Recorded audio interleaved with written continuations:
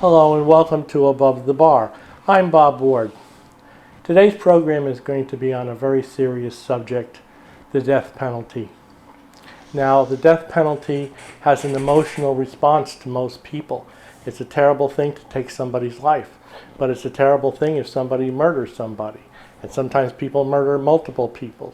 And what we want to do in life is we want them to stand justice and, if necessary, be executed. Some people feel that we shouldn't. I know I have vacillated myself many times on this subject because it's such finality. And you're going to say, Bob, well, isn't there a problem? And you know what the problem is. Sometimes juries get it wrong. And that is terrible because that's an unfixable problem when you execute somebody.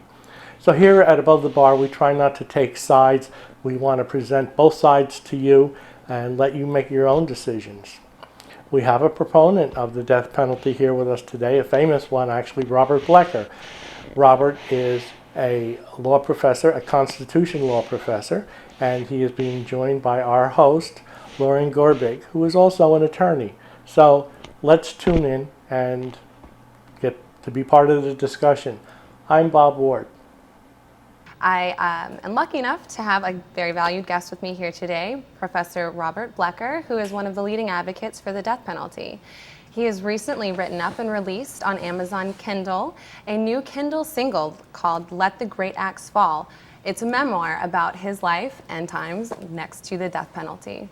Thank you for joining us. Thank you for having me. I am going to ask you a few questions about your memoir, and I think I want to first off ask you about Leech Rock. Well, when we were children at summer camp, we would swim in the lake, and we'd come in from the lake, and often, but not always happily, we'd have leeches clinging to us, and the blood would be trickling down our bodies. And you couldn't rip them off, because if you ripped the leeches off, you'd rip your skin off with it. So we'd take a match to them, and that would flick them off, and then they would fall helpless at our feet. And then the question was what to do with them. And what did you do with them? Well, we weren't going to throw them back to do it again. Okay. And actually, we ritually killed them. Okay. And how does this start your memoir about the death penalty? Well, because it occasionally occurred to us as we got older, at least to me as I got older, that they were just being leeches. But maybe by killing them, we were just being human. So it raises the issue, of course, whether any sentient creature ever deserves to die, and who does and who doesn't. I mean, about the same time that we were killing leeches at Leech Rock, I knew that Adolf Hitler deserved to die. And for me, the only question since has been who else? Who else? Well, yes. Pretty big question. You mentioned Adolf Hitler just now, and I remember reading through your memoir and talking about how Adolf Hitler was your mother's one exception, that she stood firmly against the death penalty, but he was her one exception. Yes. Why? Well, I think that he was just, from her perspective, so unspeakably evil that the gassing and murder of 6 million Jews and Catholics and Gypsies and other minorities was just so horrifically worse than everything else. Of course, he had company in my eyes and in my father's eyes. Joseph Stalin probably killed more people than Adolf Hitler did. Mao Zedong probably killed more than both of them put together. But not your mother's one exception. Well, at that time, that was my mother's one exception. But the ordinary garden variety rapist murderer didn't deserve to die in her view, or at least she wouldn't trust the state to kill them. Okay. She still held out hopes that they could be reformed and rehabilitated. She was of the mind. And released back into society? Well, no, not necessarily, but at least live a constructive life in prison. The death penalty just bespoke an anger that she wasn't willing to share, and a danger that she wasn't willing to risk. Okay. It reminded me of a conversation I actually had with my mom when I was about 15, and we discussed the death penalty, and she, being a devout Catholic, said, absolutely not, I would never hope for the death penalty on anyone. And then I asked her, what if somebody hurt me or my sister or my brother? And she said, mind you, she was also a registered nurse, she said, I'd stick the needle in their arm myself. And it struck me that how can you have these conflicting morals so much and move forward? And I see this throughout your memoirs, and how do you deal with that? Well, it's a very interesting question. First of all, of course, I'd be happy if you would inform your mother that the Catholic Church is not uniformly and resolutely I have heard abolitionist. you say that before. There are occasions the Church has made clear consistently that there are rare occasions in which the death penalty is warranted. It's not warranted on retributive grounds. It's not warranted because some people deserve it. It's warranted because it might be necessary to execute a convicted murderer in order to quiet society and allow for social cohesion and prevent that person from being a martyr. But to go back, if I'm sorry, go I ahead. could interrupt you one moment, what do you Yes. mean on retributive grounds? Well, one can support or oppose capital punishment from either of two large perspectives. If one's a retributivist, then one believes in retribution, which means that the only true justification for punishing is that people deserve it. You don't use them as a means to other ends. You don't ask questions of what good will it do in the future? Will it deter other people? Will it incapacitate the criminal? That's a typical utilitarian response. How much does it cost? What are its benefits? Okay. And you rationally weigh one against the other. And you look to the future. The retributivist looks to the past and asks who deserves what, and doesn't ask the question what good will it do, but asks what bad has been done and why, and who deserves what. But to return to your question about the contradiction that, as a nurse, she would stick the needle in him. It's almost always going to be him, of course, although there are exceptions. For one thing, she'd probably do it painlessly, so that he would get perhaps a better death even than he might deserve. But for the other, that is a contradiction. John Rawls, who was a great legal philosopher, said, and I think rightly so in his theory of justice, that whenever we design a set of social arrangements, we should impose a veil of ignorance between us and that set. In other words, we should not know what role we're going to play in it. So that if Whether we're we going be the defendant, the Correct. plaintiff, whomever, Correct. or even the enforcer. the of that victim, role. the executioner, we should not know what role. Now, when she says to you, and I believe her, that I'm against the death penalty in the abstract, but if someone did something to my beloved child, I could kill him myself. I could kill him myself. In a sense, what she's doing is turning her back, although she doesn't see it that way, she's turning her back on a basic principle of community. The ancient Greek lawgiver Solon, a great constitution giver, was famous for having said, in a well-governed state, citizens, like members of the same body, should feel and resent each other's injuries. In other words, when a child gets raped and murdered, that's my child. I may not know her, but that's my child. If she could kill because you got hurt, if she thinks that it's right for the state to execute in certain circumstances, someone who with depraved indifference or with a malice and glee tortured and killed you, if she herself could even plunge the needle, then she should understand and feel the suffering of others similarly situated. If she has a real sense of community, that's her child out there. So would you agree that that's almost the same sense of how people will do all sorts of things thinking it could never happen to me, but it does, and they don't take on this reality, this actual sense of the death penalty or of these potential dangers out there? Well, that cuts both ways. If you remember, in the piece itself, I had the benefit, of course, of 12 years inside a prison.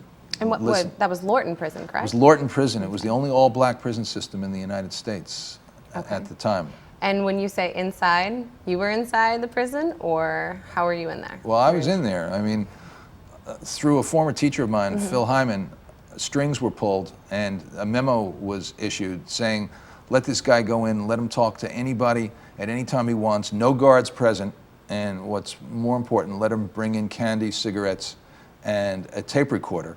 And so I had the administration off my back. That is, they could have interfered and destroyed the study by bureaucratically, under the name of security, imposing all sorts of restrictions, and they didn't because of this memo. But even more important than that, what Phil got from me, was the trust of the inmates, because the guy who introduced me and vouched for me, Slim Rob was my prison name, as all right, Johnny Allen, had previously been defended by Phil on a robbery that he had committed, and Phil got him off the robbery, and then became aware of how bright Johnny was, and did a series of tape-recorded interviews with him, and edited them and had them published as a book called The Autobiography of a Street Criminal. Actually, it was Assault with a Deadly Weapon, The Autobiography of a Street Criminal. You mentioned that. Mm-hmm. And so from Johnny's perspective, now he was back in prison actually for a robbery that he committed of a drug dealer who sold him bad dope, and he went back to the drug dealer and he said, give me back my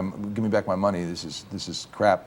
And the drug dealer said, get out of my face, wheelchair, because Johnny was permanently paralyzed in a wheelchair because a cop... And yet still Johnny had the gall to approach this drug dealer seated in a wheelchair. Correct, and said, give me back, and the dealer said, get out of my face, wheelchair.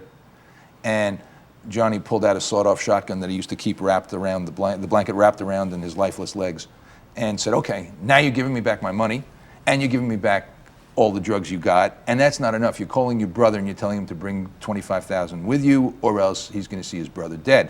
So he essentially held him hostage, kidnapped him, robbed him, and they really respected that inside, that a guy in a wheelchair, permanently paralyzed, could rob a drug dealer successfully.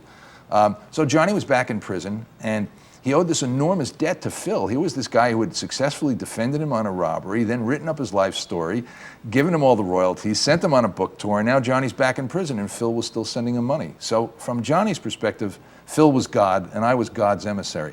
So the important part was that Johnny, who was a well-respected inmate inside, vouched for me as all right. And that's 90% of it, because the inmates got the message. Rob's all right. That means he won't burn you. You can open up to him, and nothing that you say to him is going to come back and to haunt you. And so that was the deal we had. Now that was the promise you made to these inmates, correct? That nothing, you wouldn't explain it. And I noticed in your memoirs, many of the names are changed or no names are changed, but shortened. Sometimes only last initials are given with first names to keep the promise. Speaking of Lorton, there's a specific point in your memoir that you talk about when everyone found out that you had previously been a prosecutor. And you're sitting there with all of these inmates around you. There are, as you said earlier, no guards. And there's this moment where you have some very real fear that something may or may not happen. Now, can you tell me a little bit about that? Sure. I was teaching a course. I was teaching them a course on the social contract. And we'd begin class alone, just the 12 convicted killers. Most of them were convicted killers, almost all of them, but one or two may have just been convicted robbers or burglars or drug dealers. And I, and no guards. And I'd give them reading. They're very bright. Some of them were very bright. Itchy, the guy I was closest to, David Leon Brooks, was a remarkable human being. I just went to his funeral, but he just died. But Itchy, when I met him, was smart enough to control the law library and was tough enough to control the gym. So he was the boxing coach. That's right. He had the whole boxing, and I think there was a quote in here that struck me that he teaches boxing, not fighting. Correct. When I first met Itchy, I noticed the thick scar that went right across his neck, which was the legendary remnant from a confrontation inside, I think it was Leavenworth, but it may have been the Atlanta Penitentiary, when he was unarmed and naked in the shower, and three guys attacked him, one with an ice pick, one with a knife, and one with an ugly-looking thing. And after about a minute and a half, Itchy was on the floor of the shower in a pool of blood with his neck hanging by a thread, but two of the three guys who attacked him were dead, and the third one was running. Wow. And so once he proved that, and the remnants, I mean, everyone could see the scar around his neck. You couldn't see, I saw at one point later on, all the scars on his back where he'd gotten slashed up by these three guys. But he had proved himself. He didn't have to prove himself again. Itchy never had to prove himself again. Everyone knew. You just stay away from Itchy. So he also, that scar showed that he knew the difference between boxing and fighting. And if any kid got into a fight in the prison, he'd suspend them from the team immediately. And he would say, I'm here to teach you how to box. I'm not here to teach you how to fight. There's a huge difference between fighting and boxing. Boxing is restrained by rules. Fighting has no rules. Now, these rules that he speaks of, he mentioned a moral code that he subscribed to, or just the code that he subscribed to. Tell me about this code that Itchy had, and I think that it sort of tied in with, there was a conversation between he and another inmate that at one point their moral code sort of diverged, that when you buck somebody that's coming at you, that's okay to shoot them. Or when someone bucks you that you're coming at, it's okay to shoot them. But Itchy said, no, it's your duty to protect these witnesses from seeing who you are. Well, yes, actually, you're combining two different parts of his code. I mean, Itchy did have a code, and it had several interesting features. One was something that he shared with most of the older guys who did stick-up. I mean, Phil Hyman had sent me down, really, in 1986 inside Lorton because there was this new drug on the streets called crack. And it was apparently making for a much more vicious, violent, younger generation of street criminal who were acting with no restraints or a different ethos than had ever been seen. And he wanted to know whether that was real. And most of the older guys, older professional stick-up guys, held to a code, and Itchy was one of them, but not unique in this respect, held to a code that when you present somebody with overwhelming power and you put the gun on them and say, okay, give it up, you know what time it is.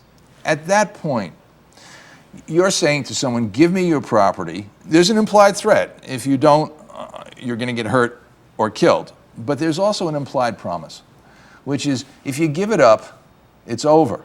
Just give it up. Recognize the power balance. I mean, one of the things Itchy really liked was from Thucydides' Melian debate, where the Athenians say to the Melians, classically, the strong do what they can, the weak accept what they must.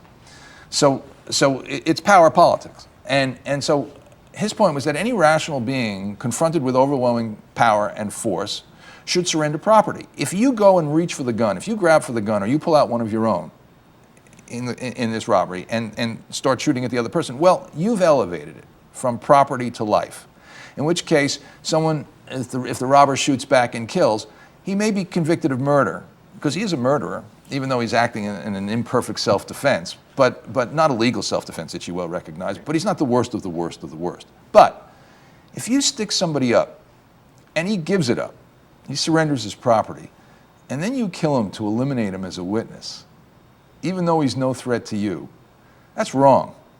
You have a responsibility to engage in stick-up in a way that there will be no witnesses. And if there are witnesses, or you distract them, and Itchy talks about in the piece. Oh, the bank robbing that he says, you know, we can limit the witnesses, and I try to stick with bank robbing. Well, yes, he changed to bank robbery, excuse me, because people were resisting, and he didn't want to shoot somebody over their own property. That struck him as wrong. If it's yours, it's yours. I mean, a robber takes, but he didn't like that. So not only that, if you want money, go where the money is, he said. And you realize in the bank, they're all instructed to give it up because they don't want to be sued out of more money from the insurance than they lose from the robbery. So if everybody's instructed to give it up and that's where the money is, and you stay away from the tellers and go to the vault, then if you disguise yourself, and he used to do that in parking lots, he used to take a chocolate bar and he used to melt it on his face to produce scars, and he used to have all sorts of other devices that he details. And the point is, once you pull that gun, he would say, everyone's eyes are on that gun. And you know, they might remember the scar, they might remember the rotten teeth, which were phony also, but they're not going to remember really your face. And if they do, it's on you. You did it wrong. Whereas other guys, like Joe, for example, in the piece, some of the younger guys would say when you ask them about that, well, he may not be a threat to me now, but he may be a threat to me later if he ends up testifying against me. So when I leave the scene, of course I try to rob so there'll be no witnesses, but if I look up and I see that there's a witness looking at me from the window, then he's got to go. Everybody's got to go. In other words, the younger guys would reject the distinction between the innocent witness and, say, the snitch or the cooperator or your co-felon. And that's the other part of Itchy's code, which is you never snitch. Never, ever, ever. You take your own weight, and you take what comes behind it. So it's not a code to which I necessarily subscribe. I mean, I don't a lot of it, but there were distinctions I learned from the guys. You know, I know I've been subject to a fair amount of criticism from the left and the right. What can you possibly derive morally from convicted street criminals? And the answer is a lot. If you're searching for the worst of the worst in order to know whom we should be executing, then killers whom even the killers denounce as bad killers are most likely to be the worst of the worst of the worst. Did you ever find yourself, I mean, it sounds like you did when you're reading your memoirs, realizing that you even sometimes empathize with these killers, or that you grow to like them? I mean, I think at one point there was a moment when you felt threatened, and Itchy sort of stood up and made you feel protected. And well, how do you... You were asking about that, about right, the prosecutor, to return to that, because I didn't answer it. I'm sorry about that. I was teaching the social contract.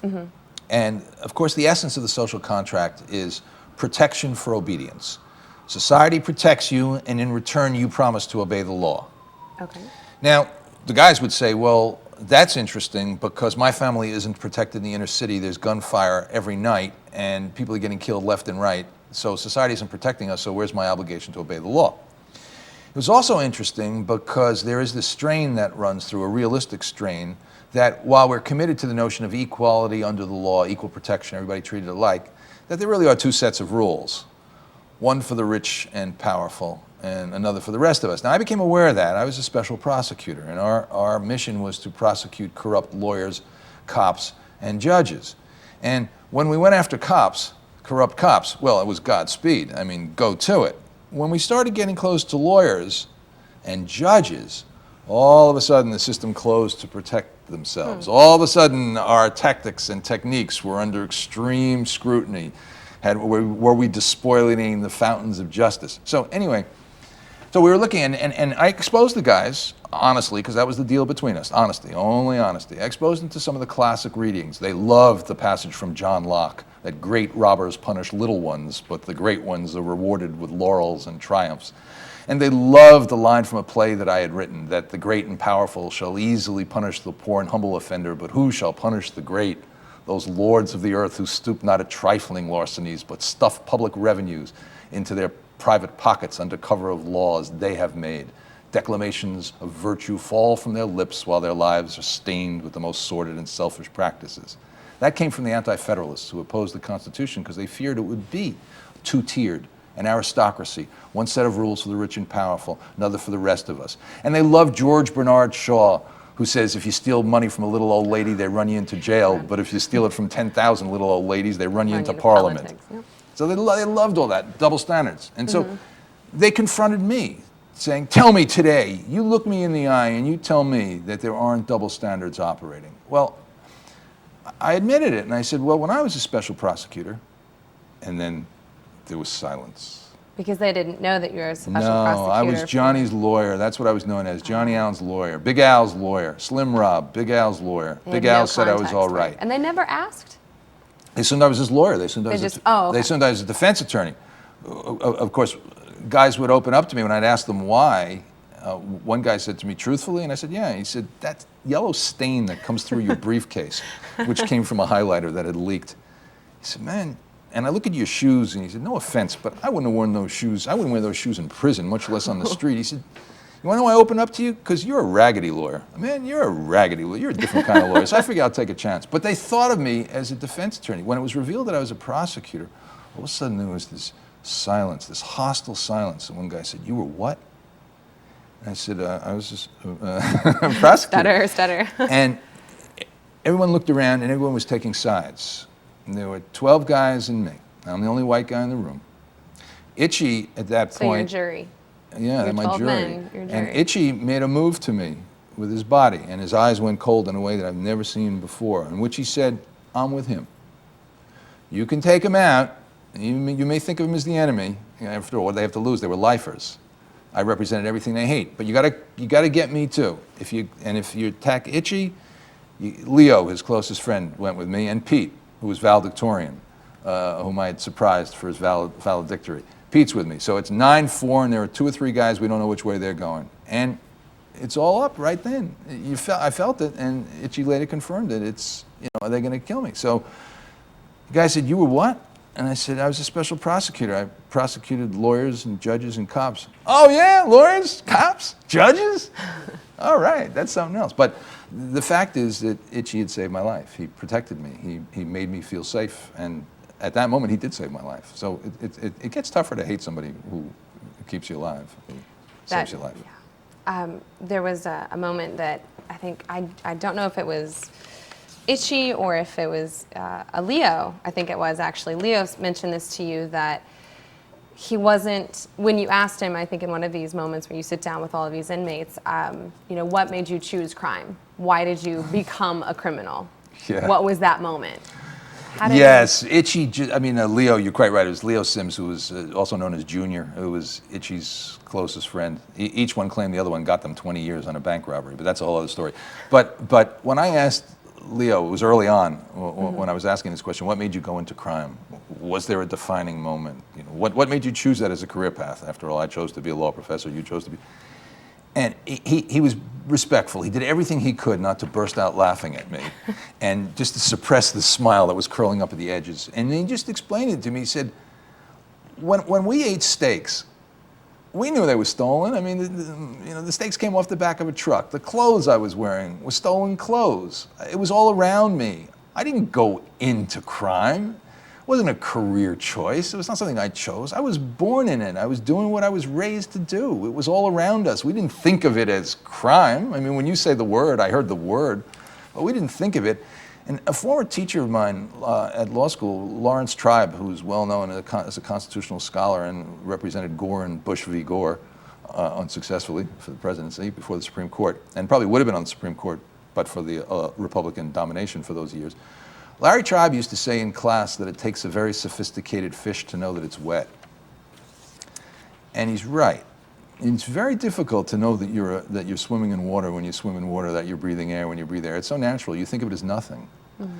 And you can only begin to realize that you're a fish when you get out of the water, and that you're swimming in water when you're outside it. And in a sense, what the 12 years and thousands of hours inside Lorton Prison did for me was to enable me to get outside my code and get inside their code, and then looking at life from a different medium, I got a much more morally refined view over who deserved to die and why, over what was the worst of the worst, and how did some of these guys become who they were. And there's, as you say, a fish doesn't know that it's wet, and there were so many revelations that I had as I was reading through this memoir, and one of them was that I realized these people sitting on death row are people, and that there are moments that in our human lives that maybe I wasn't born into crime, but there are these big questions, and sometimes you're confronted with situations you're not prepared for.